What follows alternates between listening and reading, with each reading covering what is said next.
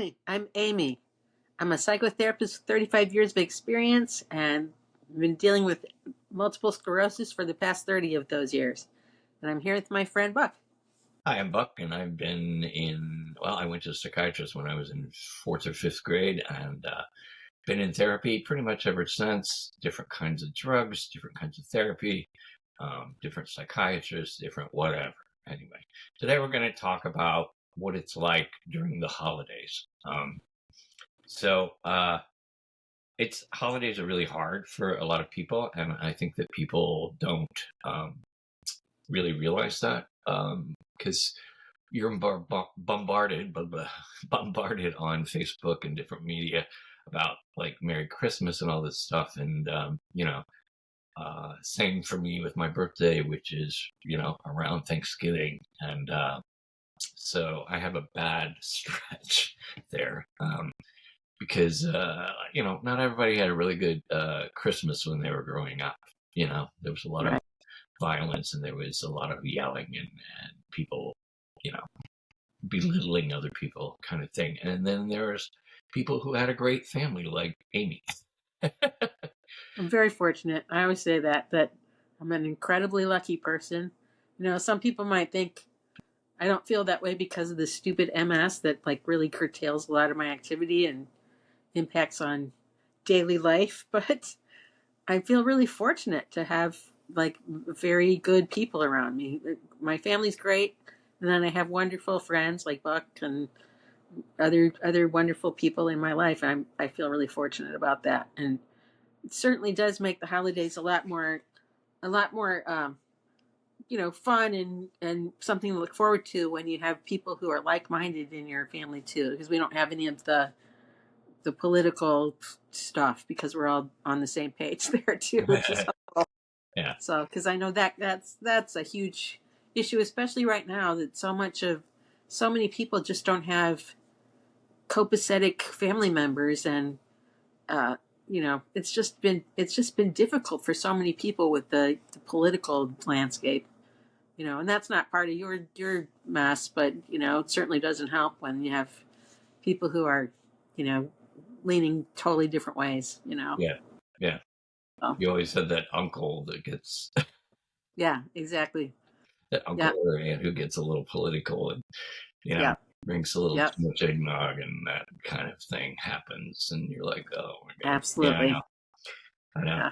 Yeah. My family was just the first thing my sister would ask for when she opened her presents is, do you have a receipt? So I eventually just stopped buying her. That's really obnoxious. Yeah. And my mother always included the receipt. And I said, just give her money.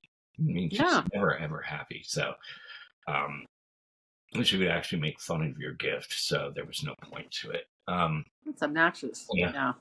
But I did like buying for her kids when they were little. That was fun. Yeah. Because kids don't care. They like it no matter what, No, and I had stuff when I first moved, like the second year I was in New York, or third when I was working at American Express, and I was able to have this money. I would buy these, like I brought my nephew this big sailboat, it's like this big, and like I packed it up and sent these gifts off and stuff, and they really liked it, and because I couldn't go home, which I didn't want to go home. The last time I was home, it was just for Christmas, was a surprise for my mother, and it did not end well. We ended up leaving early.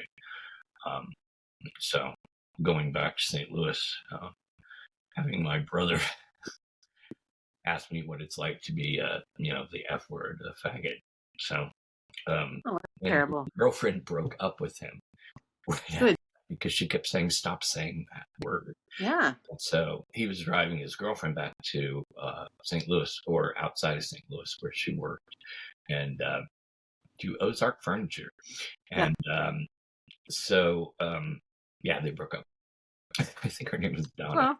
Well, sometimes when you see people in their, people in your world, like the world that you're kind of inhabiting at the moment, if it's outside of where your family is or whatever, but when you see people in their natural habitat like that, like she had an opportunity to see what he was really like in his home and with people that he knew, and with family, and it certainly sounds like it was pretty unappetizing for her. Yeah, we always used to set up a card table for the kids, and my mother seated me at the card table with kids that, I had. Your nieces and nephews. Yeah. Yeah.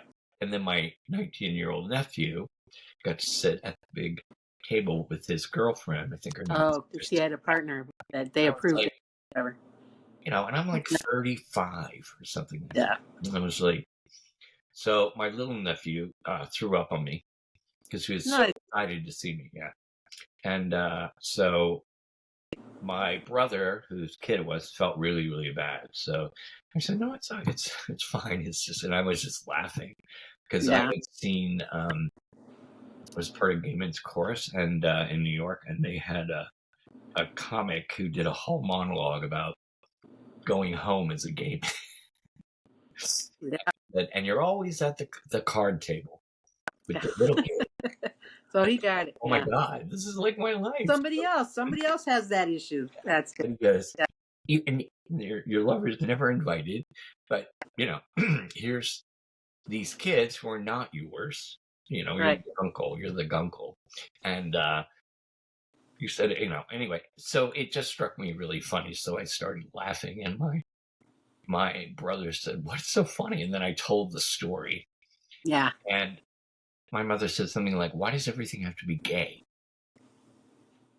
I don't know. Make the Yuletide gay? I don't know. Yeah. But I said, don't worry about it. I'll just, because there was mashed potato throw up everywhere. So I was just like, I'll just go sit in the living room, which literally is 3 feet from where I was sitting. Right.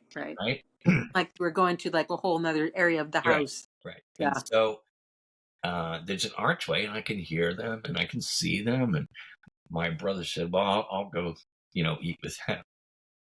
And then my sister's husband, I was really surprised. This is her second husband. He said, well, I'll go sit with him too. And my mother... They didn't want to be in that room either. Eventually my mother said something like, you ruin everything. Because you moved, because you got thrown up on and you moved your seat. Yeah, I ruined everything. And I was just I think that's true. Yeah. I'm done. And so I called the airline, and I had the money to change a ticket like that. So that was the last time I went home. Yeah. Why do I do this? Why do I do this? I mean, nobody actually. And my mother was like, "Why don't you ever come home again?" I said, "Because nobody likes each other. Nobody." It's not a pleasant thing. It's not like you get anything nice out of it. Yeah. I'm just tired of being the weird one. Like I've always felt like an outsider. And I think a lot of people during this time, whatever your sexuality or whatever your medical condition or whatever, there are some people who, and because of mental health, a lot of people just have a really bad sort of reaction to the holiday. Yeah. And I think that you have to be, and I try to do this on social media, to, relay that you need to be sensitive with people. Absolutely. And they say, oh, well, now you can say Merry Christmas. Well, you know what? You don't have to say that to me. Like, I don't know what that means. Are you telling me that I have to be happy the whole time? Because the hardest thing for people who have depression or anxiety is to act normal. It actually hurts to act normal. Yeah. So because you're not acting the way that you feel, or you're not being seen for what's really going on in your life and how. For instance, we don't have a Christmas tree, and I told the person that I live with that he could certainly have a little tree if he wanted. And he was like, "Really?" And I was like, "Yeah." I said, "I don't want anything to do with it." So, and people. When I lived in Vancouver at this apartment with these horrible people, I just said to the guy, one of the guys, I said, don't, because he was overly decorating everything, like overly. Yeah. He was really into Christmas and stuff, and Christmas music played all the time, and it was just like, I would just go in my room and shut the door. I asked him not to decorate my door, because he decorated every door. And then I came home, and there was a big bow. There's decorations on your door. Yeah. So I took it down, and it was just on a hook. So I took it down, and it said, respect that. Not like you ripped down a giant mural he'd done. You like Christmas. Yeah. I said, ooh, that's really the wrong way to go. So fortunately, they went away to see his mother, who gave him all this money, to see his mother or whatever. And I had to take care of their cat. And so what I did is I worked because everybody wanted time off to be with their families, and that's fine. I'd rather just be working. No. And this is also during COVID. And I watched Friends Marathon, and I drank a lot of wine, just to get through it. And it's really amazing because the day after Christmas, I'm just You're fine. much better. I'm just so much better. Like, I don't feel the need to drink. I don't feel the need to watch TV constantly, and things are kind of going back to normal, So when somebody says, have a Merry Christmas or Merry Christmas, or, I'm going to make you like Christmas. No. Mm-mm. And I've tried. They go, well, you've never tried. And I said, I've been in so much therapy. I've been in so much therapy. Here's the thing is, if your way of managing those feelings and those hurts and those bad memories is to kind of dissociate, which is what you're doing, that's okay. Do what you need to do. For some people, it works better to like make their own traditions and make their own like family, make their family traditions of their, the people that they're with or their friends or whatever, to make those traditions for themselves that are different, if that isn't comfortable or there's no one that you feel like you want to do that with, then just having a little, not a pity party, but kind of I'm gonna hibernate. I'm gonna put myself in a little cocoon. I'm gonna dissociate. I'm gonna drink a lot of wine or whatever I have, and then I'm gonna watch something that's completely unrelated, and that's okay. There's nothing wrong with just like letting yourself have a day to just like blank out, Yeah. I mean, I was watching Friends, and you don't really have to be cognizant to watch Friends. No. So it's kind of a tape, and it's always, there's a formula, like I said before on one of the podcasts that I like to watch formulaic things. Right. Because that's predictable and you don't have to work too hard to get it. Right. I'm telling you, it's gotten me through the last 3 days because I have had no sleep for like 4 days until the night before last. I actually got new medication during the day from a psychiatrist, and I passed out. I mean, literally, I felt really good yesterday. I feel okay today, but anyway. Sometimes just knowing that you're getting it's sort of like when I first had MS symptoms, and it's like, okay, so I'm dizzy all the time. I've got double vision. I lost my hearing in one ear, which I never really did regain. And I was like tripping all the time. Then like getting the diagnosis really sucked. But at the same time, it felt like, thank God, I know what it is. Now I can like manage it. Now I know I'm not dying of some kind of weird brain tumor, because I had my first MRI with an otologist. Actually, he said, you have multiple lesions in your brain, and I was like, I'm dying of brain lesions. What the hell is that? And then I was like, oh, okay, multiple sclerosis. That's what lesions are, the scleroses. So then it made sense, and then I could kind of get it. But it's sort of the same. It's, you had the diagnosis, you know what it is, but just the fact that you're getting the proper treatment, or at least you're having somebody try to help you get the proper treatment, makes a huge difference in just how you feel about life. I can manage this thing. I've got somebody who's going to help me manage this thing in a way that's going to help me be able to get through the days, So it makes a big difference to know what you've got going on and to have somebody who's going to help you manage it, I don't really go to church anymore. Like, we don't have a church. Like I said, I like to worship at St. Mattress, the Church of the Inner Spirit. That's my favorite church. Yeah. But church was a welcoming, joyful, great musical experience for me. I mean, part of that was the church I went to, Berkeley was the organist, and and Mr. Burke, who was our high school choir director and the choir director and organist at my church. So the music was always phenomenal because he was a phenomenal, Yeah. Musician, and he's just really great. And so church became like a refuge, a place where you could go and like, just feel that Christmas spirit and that Christmas joy, and really celebrate the reason and all that kind of stuff. And so if you don't feel welcome by your church, Yeah. that's just a whole nother layer of crap that goes with the holiday. To feel like the church is not like recognizing who you are or celebrating you and saying we're all. I mean, that was the whole purpose of church to me, was we're celebrating together. Where it's communion, communal, community, and recognizing the it's kind of like in yoga, you say namaste. Basically, the light in me is recognizing and celebrating the light in you, and that we're all one.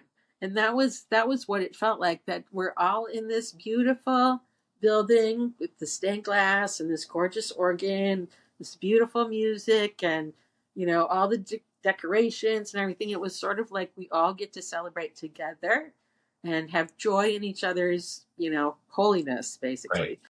Right. And that doesn't translate if you're saying we love you except not all of you. Yeah. Yeah. Except the part of you that makes you the most human, in a way. So one of the Christmases that I was going home for, my mother was like, aren't you going to get up? Aren't you going to church? And I was like, no. I said, No. I don't go to church anymore. And she said, well, you're going to church. So I went, and then there's communion. This is Catholicism. So then I get up and I get in line to go, and she goes, what are you doing? You can't go to communion. You have to go to confession first. It's actually a true thing in the Catholic Church. Oh, I know. If you haven't gone to confession in a while, you can't really do communion. And I was like, that's horrible. I'm going to go.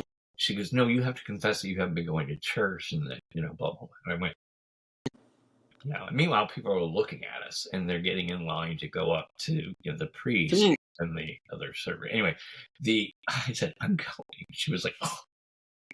And then I came back, and the minute we knelt down, because you kneel afterwards, you pray this prayer and stuff like that. She said, you're going to go to hell for that. So your mom telling you that you're going to go to hell because you didn't confess is sort of like a made-up thing that is there to make people feel bad and to want to go to confession for whatever reason. Well, as my father said, he said, don't take her too seriously. He goes, converts are the worst. Yeah. People that convert from another religion to Catholicism, he goes, they're the worst. I had this friend when I lived in Danville. I was, the moment in my life where I was like friends with these certain people. There's one friend I was really good friends with her, and she was very Catholic, and I knew that. And she's the one I took communion with in her Catholic church. So, so after we moved up here, she came to visit one time, and it was on a Sunday, and that was when I was really active in my church we were active in a church for a while. Like I was in the choir, and, like we were pretty active, and it was UCC, great church, very open and affirming, just like lovely people. So when she was up here, I was like, well, come to my church with me and you can hear the choir and, like all that kind of stuff. And she wouldn't go because it wasn't a Catholic church. So she had me drop her at some random Catholic church so she could go to church. I actually like to go to Mass Christmas Eve. Yeah. I like because the music's lovely. And yeah, because the music is great. And like I used to I took Missy to St. Peter's. Yeah. By the Capitol in Jeff City. And it's beautiful because they have a life-size manger set. Yeah. And I don't know, there was a procession of girls that would little girls who would give Mary a crown. I don't know if it was actually on that day. Maybe I'm just squashing all the memories together. There was some real beauty in that cathedral. That's absolutely it. There's beauty in that service. It's kind of a piece, but it's kind of like people are really dressed up, and people are, they're singing, and then there's a choir that's been preparing, and all the, decorations. It was really beautiful. and the pageantry. Yes. Yeah. Nightmare to sing in because you were standing on cold marble, which actually Yes. it radiated up your leg, and then Yeah. uh, the wings of the Capitol made the sound disappear. Yeah. The dome made it collect it up above, and then come back down at you. So you heard two different things going on, and Yeah. it always messed up the accents. It's like the It's true. T-shirt that I saw advertised on Facebook, and it said something like, "It's always the altos." And I remember the time Deanne fainted. That's funny. Oh yeah. She fainted, and they had to get Yeah. her off quickly because they were recording. Yep. So Yep. they like pick her up and take her off, and we eventually Yeah. had people that volunteered to do that when somebody fainted. So in each vocal group, Little section. alto, that would actually be monitoring people if they were starting to because we're kids, so our hormones are still changing. Oh yeah. No, I think I almost passed out one year, and then I actually had posted on Facebook a picture of the corral from Kepler Caroling at the top of the stairs, and my friend Dan, he posted that Chris, this other kid who also went to my grade school, believe it or not, had passed out on him, and like he came to like before Dan said, I was like standing there with Chris Moeller like hanging over me. And I almost fell over, but fortunately he came to before I fell down and took out an entire row of people. So I thought that was kind of funny. So this is great to be able to talk about these things and trying to stay on topic as usual. But we look forward to having you join us again in the future. And in the meantime, do whatever you need to do to make the holidays okay for yourself. If that means celebrating, great. Yeah. If that means keep your head down. For me, keep your head down if you need to. Don't push it. Your joy or whatever, right? On people. Yeah, do what you need to do. Yeah. But it might be good to reach out to people, and there's nothing wrong with having dinner in a restaurant around this time with people. Absolutely not. That would be great. Christmas theme. So it's because some people are really sensitive to it. But for those who really enjoy it, have a really great time and enjoy your families